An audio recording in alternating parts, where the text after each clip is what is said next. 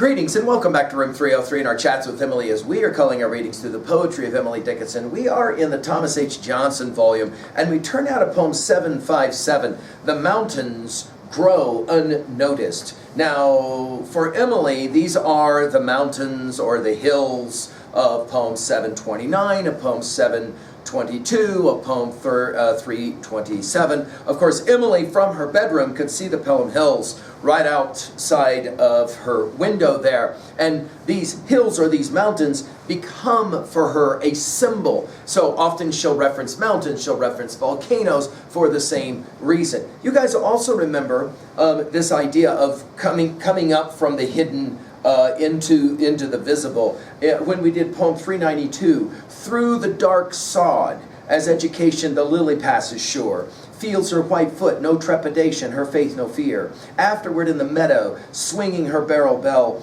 the mold life all forgotten now in ecstasy and dell. And when we did 442, you'll remember, God made a little gentian. It tried to be a rose and failed, and all the summer laughed. But just before the snows there rose a purple creature that ravished all the hill, and summer hit her forehead, and mockery was still. The frosts were her condition. The tyrant would not come until the north invoke it. Creator, shall I bloom? This idea of coming out of the invisible to somehow be visible is going to be for Emily a part of her fascination with mountains. Now, our assumption is that you've been following our stuff at learnstrong.net. Down that left-hand side, Chats with Emily's our playlist. I'm hopeful that you've worked through our set of introductory comments as well as the preceding 756 poems. We just finished with 756, One Blessing Had I. Now, we're back to the idea of growth. And for Emily, as one scholar has said it, the unexplained pushing up of mountains became a powerful symbol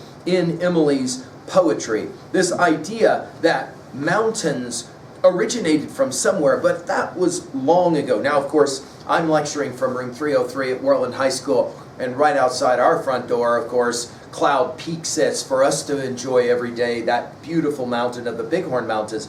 And so those of us who live here will obviously enjoy a poem about the mountains.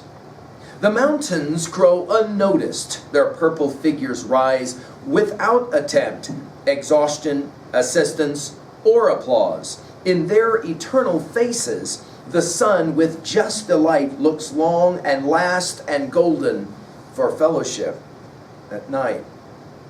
Now, notice that the mountains, they grow, but this growth is, first of all, unnoticed. You'll remember unnoticed from 154, from 141, and we'll see it again in 1746. Their purple figures rise. Now think about the idea of rising. When we get to 1176, one of Emily's most famous poems, we reference it so many times. We never know how high we are till we are asked to rise.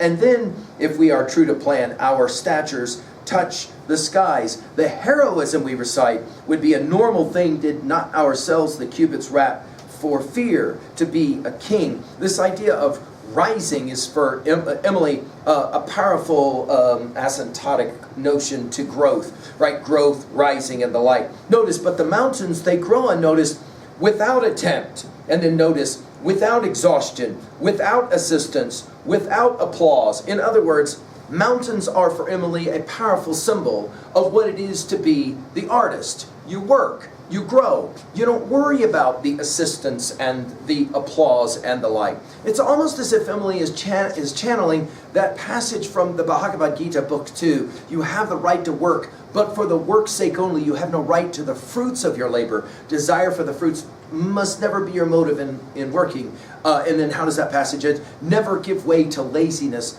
either. This notion that we do what we do, she argues as poets, much like mountains, without any kind of assistance, without any kind of applause.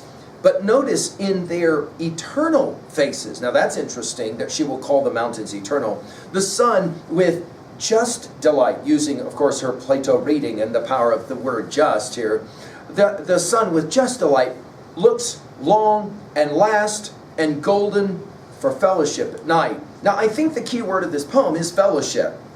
And I think the idea of night involves, of course, the idea of cycles for the artist or for the poet. I think her argument at 2A is that true growth takes a long time, and exhaustion is obviously something that you're going to fight against and with. There's often as well no assistance, no applause given to be. Well, obviously the key word of this poem is growth.